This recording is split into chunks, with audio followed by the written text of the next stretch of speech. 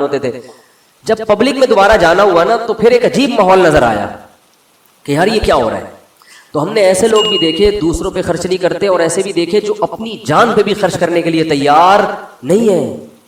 بچاؤ بچاؤ بچاؤ بچاؤ. بھائی تو خرید لے گاڑی یار, کیا جا رہا ہے, اچھی گاڑی میں گھوم لے بھائی. تو اچھے لوگ بھی ملتے ہیں. ایک صاحب کا وزن ذرا زیادہ تھا, وہ گاڑی میں 2 سیٹیں بک کراتے تھے جب بھی بس میں جانا ہوتا نا.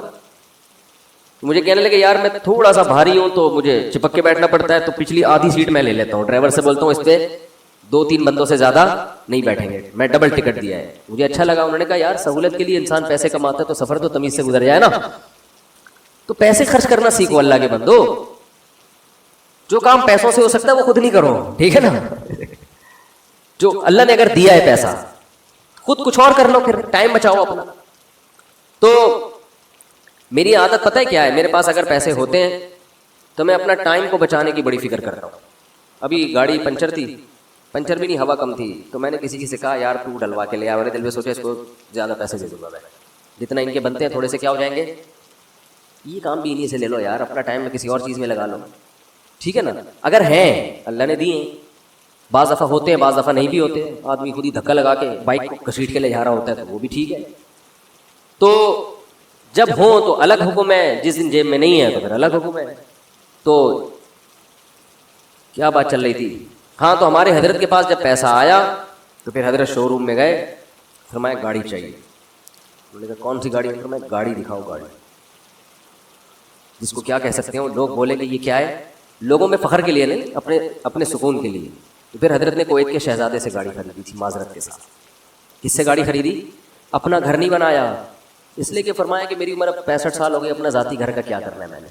بچے اسٹیبل ہیں, ان کے لیے بھی کوئی پراپرٹی بنانے کی ضرورت نہیں, سب اچھا ان کی جاب بھی ہو گئی تھی بچوں کی, مدینہ یونیورسٹی چلے گئے تھے, تو ضرورت ہی نہیں ہے. انہوں نے کہا کوئی ضرورت ہی نہیں ہے گھر میں بنانے کی, تو گاڑی خریدو, اچھی گاڑی کی استعمال میں آ رہی ہے. لیکن ہمارے یہاں 65 سال میں پیسہ آئے تو سب سے پہلے ٹینشن کیا ہوگی, یار آج تک ذاتی گھر نصیب نہیں. کیا ہونا چاہیے اب؟ ابے اب تو پیسہ آیا, 10-15 سال رہ گئے, کھا لو یار بیٹھ کے, اچھا کھا لو. ساری ٹینشن لے کے بحریہ ٹاؤن میں مکان کی فکر میں لگا دے گا وہ. یعنی پیسہ آنے کے بعد ٹینشن ختم ہونے کے بجائے بڑھ جاتی ہے. تو پھر آخر میں جب بہت اللہ نے پیسہ دے دیا تو پھر حضرت نے اپنی اہلیہ کے لیے ایک فلیٹ خرید لیا تھا کہ میرے انتقال کے بعد ان کے لیے پاس کوئی کیا ہو ٹھکانہ. خود نہیں شفٹ ہوئے اس میں کہ میں جب انتقال ہو جائے گا تو یہ یہاں رہ لیں گے. تو اللہ نے اتنا دے دیا, انہوں نے کہا چلو ایک فلیٹ ان کے لیے لے لیتے ہیں, دنیا سے جانے کے بعد ان کے پاس کیا ہوگا, ایک ٹھکانہ ہو جائے گا. تو آسان زندگیاں ان لوگوں نے گزاری. تبھی جب بھی ان کے پاس جاؤ, جب غربت میں تو بھی خوش, پیسہ آیا تو بھی خوش, ایک جگہ بہت پیسہ ڈوب گیا تو کاروبار میں لگایا تو بھی خوش. اتنی سی کہتے ہیں نا پیشانی پہ کوئی لکیر آ جائے نا کہ اتنا. اور اس دور میں جن لوگوں نے اس کاروبار میں پیسہ لگایا تھا ان میں بہت سے ہارٹ اٹیک سے مر گئے تھے.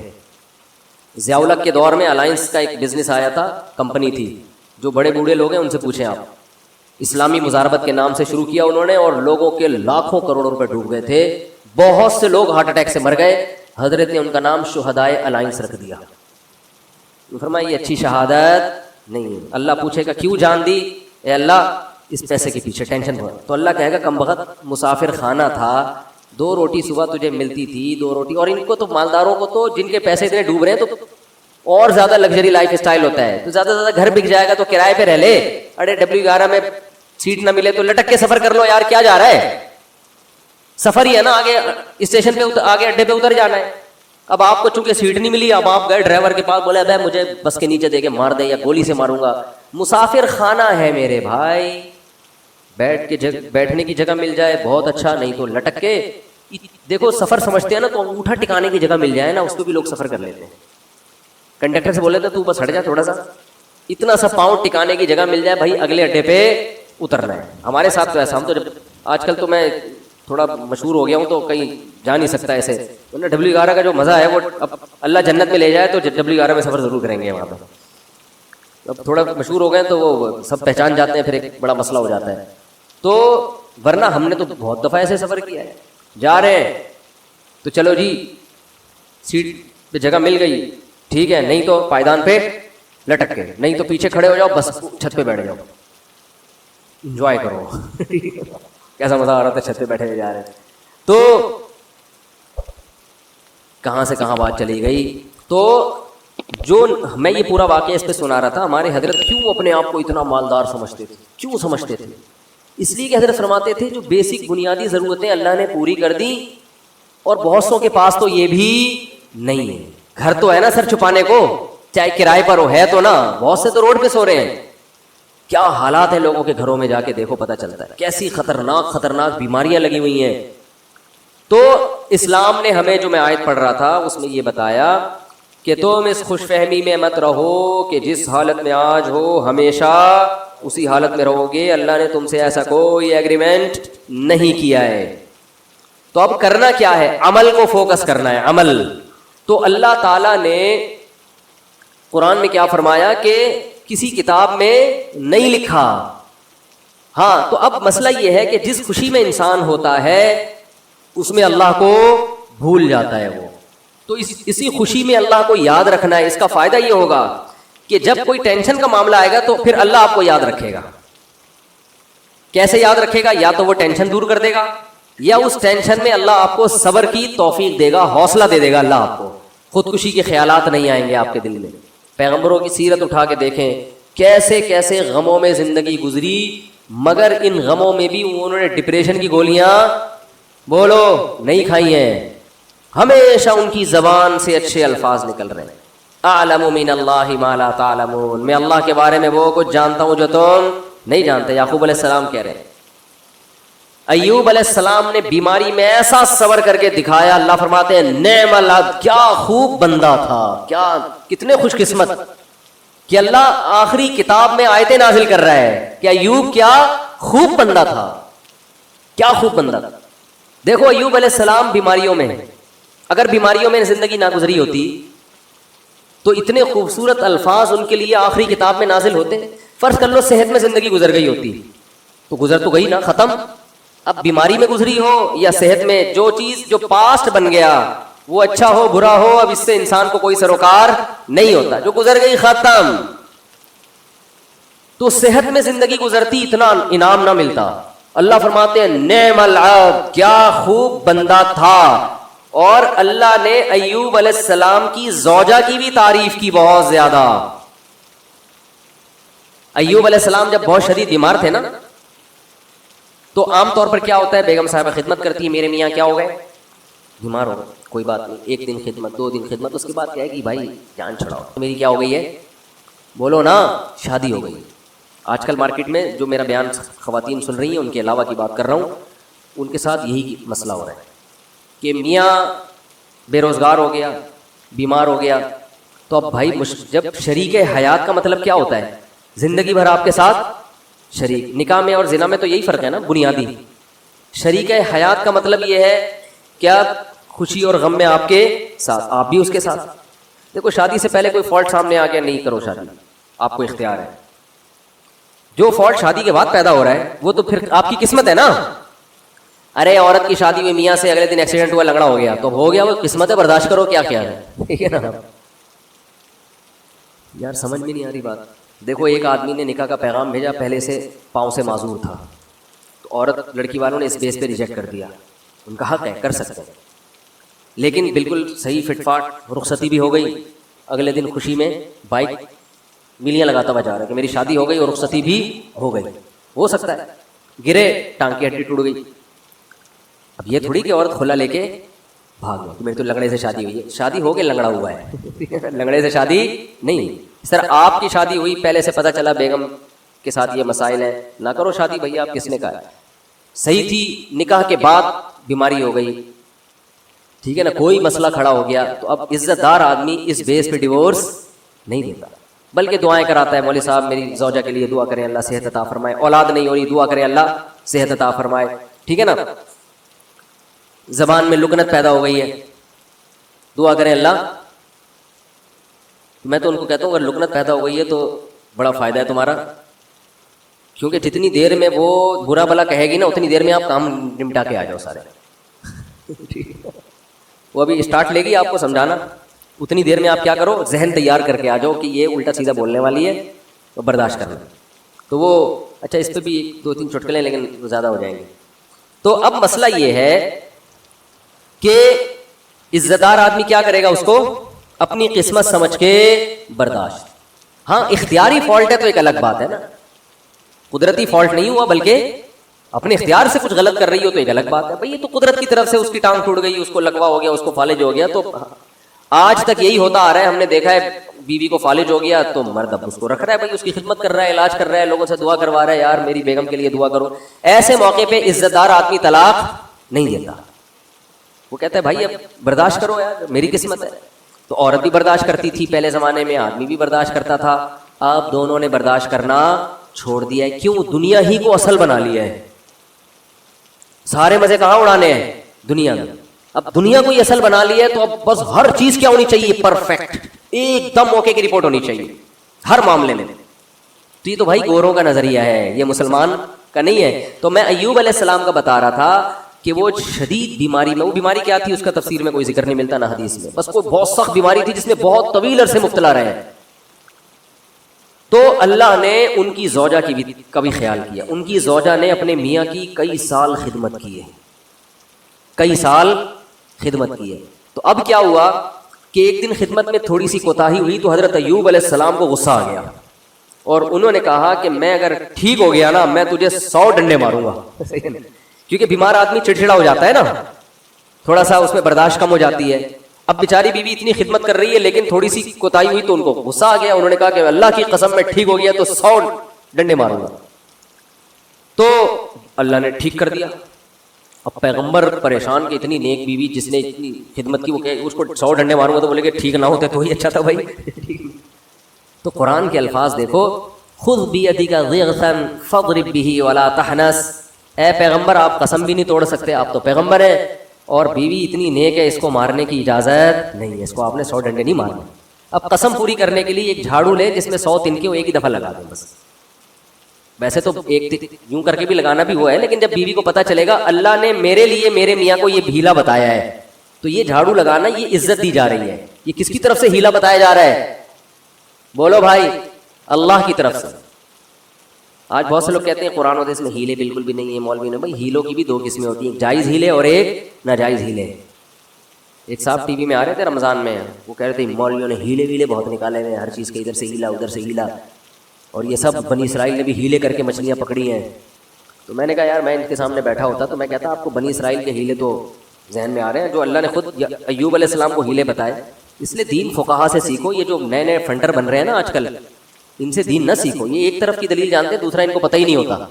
سود سے بچنے کے ہیلے نکالے ہوئے, تو سود سے بچنے کے ہیلے تو عین مطلوب ہے. ایسا ہیلا جس سے سود سے بچ جاؤ, یہ تو شریعت چاہتی ہے. یہ وہ ہیلا تھوڑی ہے جو بنی اسرائیل نے کیا تھا مچھلیاں پکڑنے کے لیے. تو ہیلے دیر آر 2 types آف ہیلے. ایک ہیلا جو حرام سے بچاتا ہے, ایک ہیلا جو حرام میں ڈالتا ہے آپ کو. دونوں میں فرق ہے. سود سے بچنے کے لیے جو ہیلے کیے جاتے ہیں وہ سود سے بچنے کے لیے جاتے ہیں, چونکہ سود حرام ہے تو سود سے بچنے کے لیے کا مطلب حرام سے بچنے کے لیے. اور ایک ہیلا وہ ہوتا ہے جو حرام میں آپ کو مبتلا کر دیتا ہے. تو بیوی کو مارنا کوئی اچھا کام تو نہیں ہے نا اسلام میں. تو اللہ نے نیک بیوی کو بچانے کے لیے ان کو ہیلا بتا دیا کہ بھئی ایک جھاڑو میں 100 تنکے لو, ایک ہی دفعہ میں لگا دو تو گویا 100 کوڑے لگ گئے. تو قسم بھی پوری ہو گئی, بیوی بچ گئی. تو یہ اللہ نے حضرت ایوب علیہ السلام کی وائف کو, ان کی زوجہ کو, ان کی اہلیہ کو اتنا پروٹوکول کیوں دیا کہ قرآن میں ان کا تذکرہ بھی کر دیا. یہ شوہر کی خدمت کی وجہ سے, شوہر کے ساتھ وفا کی وجہ سے. یاد رکھو آج عورتیں اپنے شوہر کی طرف سے جن آزمائشوں میں ہیں, جو قدرتی آزمائشیں, جو قدرت کی طرف, بے روزگاری اللہ کی طرف سے ہو جاتی ہے نا. بھائی میاں کا روزگار چھوٹ گیا, یہ تو اللہ ہے جس کو چاہتا ہے رزق کشادہ دیتا ہے, جس کی چاہتا ہے روزی بند کر دیتا ہے. وہ بیچارہ اپنی طرف سے محنت کر رہا ہے لیکن بے روزگار ہو گیا, نئی کاروبار حرکت میں آ رہا, تو یہ اللہ کی طرف سے. خود سے نالائق ہو تو ایک الگ بات ہے. اللہ کی طرف سے جو آزمائشیں میاں پہ آئیں تو عورت کو چاہیے ان آزمائشوں میں اس کا ساتھ دے, اسے ذہنی ٹارچر نہ کرے. کیونکہ بے روزگاری کی بیماری اتنی, بے روزگاری کا عیب اتنا بڑا نہیں ہے جتنا اس بیماری کا عیب ہے جس میں ایوب علیہ السلام مبتلا ہوئے تھے. کیونکہ اس میں تو کمانا ممکن ہی نہیں تھا اور اوپر سے خدمت بھی. سمجھا پا رہا ہوں اپنی بات کہ نہیں سمجھا پا رہا؟ اس میں خدمت بھی. تو وفا کرنی چاہیے, وفا. اور یہ جب تک آخرت سامنے نہیں ہوگی ان میں سے کوئی بھی کام نہیں ہو سکتا. ہمارے محلے میں ایک صاحب گزرے, ان کا انتقال ہو گیا, اللہ ان کی مغفرت فرمائے. ان کی زوجہ 15-20 سال بیمار رہی ہے, کسی سخت قسم کی نفسیاتی بیماری میں. اس بندے نے 15-20 سال اپنی زوجہ کی دن رات خدمت کی ہے. وہ بیوی نہ بیچاری کھانا پکانے کے قابل ہے نہ برتن دھونے کے قابل، ایسی بیماری میں، تو یہی اس کے لیے کھانا بھی پکا رہا ہے. اتنے پیسے نہیں ہوں گے کہ ملازم رکھو، یہی اس کے لیے بولو ساری خدمتیں کر رہا ہے. تو میں نے کہا یار اس کی تو ویسے ہی بیچارے کی بخشش ہو جائے گی، اللہ کہے گا تو نے کسی کی بیٹی کو رکھا گھر میں اس حالت میں بھی، اب وہ نہیں پکا سکتی بیچاری، اور وہ نہ کپڑے دھو سکتی ہے، اور یہ اتنے پیسہ بھی نہیں ہے کہ تو خود ہی کر رہا ہے سارے کام. تو یہ کوئی عیب کی بات بولو بھائی نہیں ہے. اپنی بیٹیوں کو سوچا کرو نا، آپ کی بیٹی کے مسائل ہو جائیں تو آپ چاہتے ہو یار سسرال والے برداشت کریں تو دوسروں کو بھی برداشت، ہاں جان بوجھ کر کوئی فالٹ ہے نا تو پھر میاں میں ہو تو ہم عورت کو مشورہ دیتے ہیں اس فالٹ کو صحیح کرو ورنہ پتلی گلی سے نکلو، ٹھیک ہے نا. 10-20 سال اس فالٹ کو برداشت، بہت خطرناک قسم کا اگر فالٹ ہے تو ایک الگ بات ہے. تو اللہ تعالیٰ نے قرآن مجید میں، اچھا بھائی بیان کے دوران خواتین باتیں کر رہی ہوتی ہیں، بالکل بھی مناسب نہیں ہے. کئی دفعہ شکایتیں آئی ہیں، بیان سننا چاہیے شوق سے. 2 خاتون جو تھیں 20 سال قید ہوئی ان کو ایک ہی وارڈ میں، 20 سال تک وہ باتیں کرتی رہی. جب نکلی ہیں نا، جس دن رہائی ہوئی تو کہنی بہن کچھ باتیں رہ گئی ہیں، انشاءاللہ اگلے ہفتے ہماری ملاقات ہوگی تو اس کو کمپلیٹ. تو یہاں جو خواتین آتی ہیں بھائی بیان کو فوکس کریں نا، آپ کے فائدے کی باتیں ہو رہی ہیں تو آپ کے دل میں میاؤں کی محبت ڈالی جا رہی ہے. تو اللہ نے کیا فرمایا کہ جس کنڈیشن میں آج ہو ضروری نہیں کہ کل بھی اسی کنڈیشن میں ہوگے، لہذا کیا کرنا ہے، اعمال کو فوکس کرنا ہے. اس عمل کا فائدہ کیا ہوگا کہ اللہ نہ کرے کل ٹینشن آئی بھی تو اس ٹینشن کو برداشت کرنا کیا ہو جائے گا، آسان. میں جمعے کی خطبے میں یہ حدیث اکثر پڑھتا ہوں. حضرت عبداللہ ابن عباس بالکل نو عمر تھے، آپ صلی اللہ علیہ وسلم کے ساتھ سواری میں پیچھے بیٹھے تو آپ صلی اللہ علیہ وسلم فرمائے یا غلام، اے نوجوان، اے لڑکے، میں تجھے نصیحت کرتا ہوں، احفظ اللہ یحفظک، اللہ کے دین کی حفاظت کر، یعنی اللہ کے احکام کو پورا کر، اللہ تیری حفاظت کرے گا. احفظ اللہ یحفظک، احفظ اللہ تجدہ تجاہک. جب کوئی یعنی شریعت کا حکم آئے نا تو اس میں اللہ کے حکم کو مقدم کرو. تو جب کوئی مصیبت آئے گی تم اللہ کو اپنے سامنے پاؤ گے. اللہ یا تو وہ کام پورا کر دے گا یا اللہ آپ کو تسلی دے دے گا کہ بھائی میں ہوں تمہارے ساتھ، اس ٹینشن کو برداشت کرو، یہ ہمیشہ کے لیے نہیں ہے. اس پہ اللہ تمہیں بہت نوازے گا، تھپکی ملے گی، تسلیاں ملیں گی. اور پھر فرمایا کہ وَعْلَمْ أَنَّمَا أَصَابَكَ لَمْ يَكُنْ لِيُخْطِئَكَ. ٹینشن ختم کرنے کے 2 طریقے نبی نے بتا دیے یہاں پہ. ایک تو عمل صحیح کر لو تو ٹینشن میں اللہ آپ کے ساتھ ہوگا. دوسرا طریقہ تقدیر پر ایمان. فرمایا انما اصابک، جو مصیبت تمہیں پہنچی ہے، یعنی مطلب حدیث کا یہ کہ تمہاری حماقتوں سے نہیں. بھائی آپ صحیح سب کچھ صحیح کرو تو پھر بھی اللہ کی طرف سے آزمائشیں آ جاتی ہیں. تو لم یکن لیخطئک، یقین کر لو یہ لازمی پہنچنی تھی، یہ تم سے خطا ہو ہی نہیں سکتی تھی. تو جب ایک کام لازمی ہونا ہی تھا تو اس میں ٹینشن کس بات کی؟ ابے کیا ہو گیا بھائی، جب ایک کام ہونا ہی ہے، نہ ہونے کا تو سوال ہی پیدا نہیں ہوتا، تو پھر ٹینشن کس بات؟ یہ تو ہونا تھا، یہ تو ہوگا، یہ تو ہوگا بھائی. لیکن چونکہ ہمیں ٹینشن سے پہلے نہیں پتا ہوتا کہ کیا ہوگا تو ہم اسباب اختیار کرتے ہیں. پورے کامیابی کے اسباب اختیار کرے پھر بھی نہیں ہوا، بھائی یہ تو اللہ نے ایسے ہی لکھا ہوا تھا. غزوہ احد میں 70 صحابہ شہید ہو گئے. کتنی بڑی ٹینشن صحابہ کے لیے، کتنی بڑی ٹینشن. تو اللہ نے کیا فرمایا؟ کوئی ٹینشن کی بات نہیں ہے، یہ شکست بھی مقدر میں لکھی ہوئی تھی اور یہ شہادتیں بھی مقدر میں لکھی ہوئی تھی، کوئی ٹینشن کی بات نہیں ہے. رہا یہ مسئلہ کہ تم سے غلطی ہوئی تھی، مشورے پر عمل نہیں ہوا، نبی کا حکم تم سے ٹوٹ گیا، تو اس کی وجہ سے یہ ٹینشن پہنچی ہے، تو اس سے تم نے چونکہ توبہ کر لی ہے تو وہ والی ٹینشن بھی کیا ہو گئی؟ ختم. آخرت کا نقصان کا خطرہ تھا کہ نبی کے جو حکم دیا تھا گھاٹی پہ رہنا ہے تو وہ توبہ سے معاف ہو گیا. باقی رہا یہ شکست، کوئی مسئلہ نہیں. وَيَتَّخِذَ مِنْكُمْ شُهَدَاءَ، اس میں مثبت چیزیں سوچو کہ اللہ چاہتا تھا تم میں بہت سے لوگوں کو شہادت کا مرتبہ دینا، تو اللہ نے ان کو جلدی آزمائشوں سے نکال کے جنت میں پہنچا دیا. اور کیا چاہیے؟ ایک انگریز نے اس آیت کے تحت لکھا ہے کہ محمد، وہ تو درود شریف نہیں لکھتے نا، اس نے تو محمد غلط استعمال کیا، میں صلی اللہ علیہ وسلم. اس نے کہا محمد کے جو فرینڈ تھے نا، اس قسم کی چیزوں نے ان کو موٹیویٹ کیا تھا جس سے انہوں نے پوری دنیا پہ حکومت کی ہے کہ شکست کھا کے بھی کیا کر رہے ہیں، کہہ رہے ہیں یہ تو ہونا ہی تھا، لہذا اس سے ٹینشن لینے کی بات نہیں ہے، اور یہ شہادت میں بھی خیر ہے تمہاری، آگے بڑھو، مایوسی ہے ہی نہیں. ٹھیک ہے نا. ہمارے یہاں پتہ ہی کیا سمجھا کہ مایوسی کفر ہے. اس کا مطلب یہ سمجھا جاتا ہے کہ میں جہاں شادی کرنا چاہتا ہوں وہاں شادی ہو کے رہے گی, کیونکہ مایوسی کیا ہے, کفر ہے. میں چاہتا ہوں میری 2 لاکھ روپے تنخواہ ہو تو 2 لاکھ ہوگی, کیونکہ مایوسی کفر ہے. یہ غلط مطلب ہے, سمجھ رہے ہو. ایسا تو پھر بہت سے لوگوں کے ساتھ نہیں ہوتا, پھر اور مایوسی ہوگی. آدمی کہتا ہے یہ تو اور ڈبل گناہ, کفر کا گناہ بھی ہو رہا ہے اور پیسے بھی نہیں مل رہے. ہم کہتے ہیں میں صحت بناؤں گا تو صحت بنے گی, کیونکہ مایوسی کفر ہے. یہ مطلب نہیں ہے. مطلب یہ ہے کہ اللہ سے یہ امید لگائی جائے کہ جو ہوگا اچھا ہی ہوگا میرے حق میں. میں چاہتا ہوں میرا اچھا روزگار مل جائے, 2 لاکھ تنخواہ نہیں ہو رہی, 1 لاکھ ہے, اسی 1 میں اللہ کیا کرے گا, برکت دے گا. روزگار نہیں مل رہا, کوئی بات نہیں, اسی میں اللہ کیا کرے گا, برکت دے گا. نہ ملنے میں بڑے فائدے ہیں. روزگار نہ ملنے سے ٹینشن ہوگی, ٹینشن میں اللہ یاد آئے گا, اللہ سے دعائیں مانگو گے, اس ٹینشن میں گناہ معاف ہوں گے, برداشت کی قوت پیدا ہوگی. بعض دفعہ زیادہ کھانے سے بھی مسئلے خراب ہو جاتے ہیں, پیٹ بھرے ہوئے ہوتے ہیں تو الٹے الٹے خیالات آنا شروع ہو جاتے ہیں انسان کو. ایوب علیہ السلام پریشان